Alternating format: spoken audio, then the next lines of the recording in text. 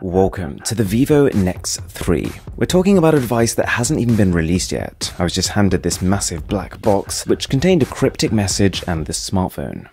So today, there are 4 things I want to show you. A display unlike any smartphone you've ever seen before, a camera test in some of London's most iconic locations, then a speed comparison versus last-gen devices, and finally, to take an infinity pool photo to showcase this new form factor. You'll see what I mean in a few minutes. So, the first thing you're going to notice here is screen. This thing is almost all display. Now, I can't reveal size and specifications, but you can probably tell for yourself this is a massive phone with massive curves. So much so that even when you turn the phone on its side, half of what you're seeing is still display. And compared to other curved display phones, the Vivo NEX 3 on the right spills about 4 to 5 times as much onto the sides. Plus, one thing that's a little different here is that the body is completely seamless. No physical buttons at all. You've actually got haptic feedback on the body of the phone, and it works surprisingly well. On the right hand side, you've got a slight grippy area, which is your virtual power button, and then you can use this to feel for the volume keys, which are above and below it. It genuinely feels almost exactly like having physical buttons.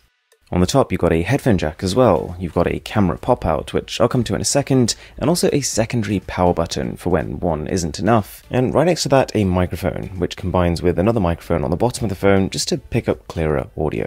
You've also got a single speaker next to that. And off we went. There were 6 photos I wanted to capture in very specific parts of London. The first one being Covent Garden, which is famous for just being this massive entertainment shopping kind of area. Anyways, I got my photo, and the idea of this challenge is primarily to showcase the display, to show that it's so borderless that it almost blends into the world around it.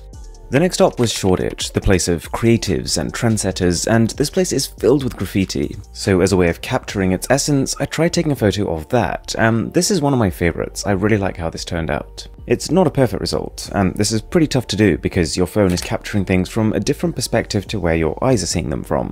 Next up, the Shard, which is actually the tallest building in the entire United Kingdom, and it's around this area where you get some of the best 5G signal in the country. And so this is where I'm going to be doing these speed tests, which you'll see in a minute. Just while walking between the Shard and Tower Bridge, you've got the Tower of London, which is basically a massive palace, and it's beautiful, so I decided to get one of our photos here.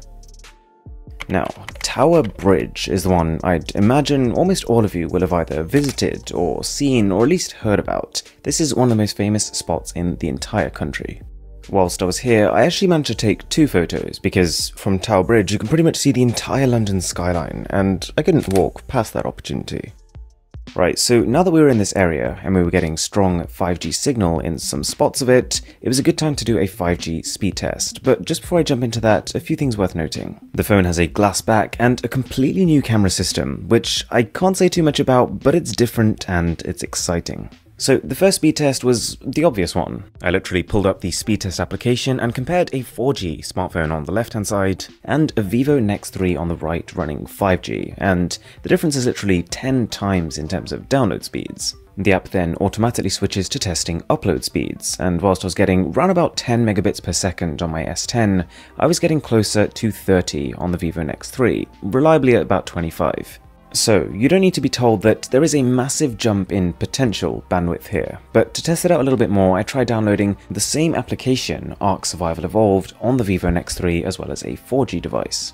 It had downloaded about a gigabyte, whilst the other phone was around about 200 megabytes, and the NEX 3 had completely finished the download by the time the other phone was on about 20%. So, roughly speaking, in my test I got about a 5 times faster result. When it comes to 5G though, another really important aspect is latency, or network communication delay. Providing that you're in a spot with good coverage, you'll notice that compared to 4G, things just happen instantaneously. For example, a YouTube video might start playing before the YouTube app itself has even fully loaded it up. And I'm sure you can imagine when you're watching videos on this display, the picture just sort of melts over the sides of the phone, kind of like the curved displays you're used to, but to another level. Whilst I was at it, I also had a quick crack at PUBG, just to see how that displays on this phone, and sure enough, it fills every corner of it. Another real-world example of 5G testing was going through Netflix, picking a 2-hour film and hitting that download button. And right before you in real time, you can see that in this tiny space of time I'm doing this voiceover, it's already downloaded like 25%. Now for the infinity pool photo. The idea of this is that I was going to get a picture of water and load it up on this almost bezel-less display of the NEX 3. I was then going to use another camera to capture this in a way that it looks like I'm actually sitting in one of those beautiful infinity pools, the ones that extend all the way to the edge of a building. I had to pick up an umbrella just to diffuse some of the light because it was just so harsh at this time, but I'm pretty happy with the result.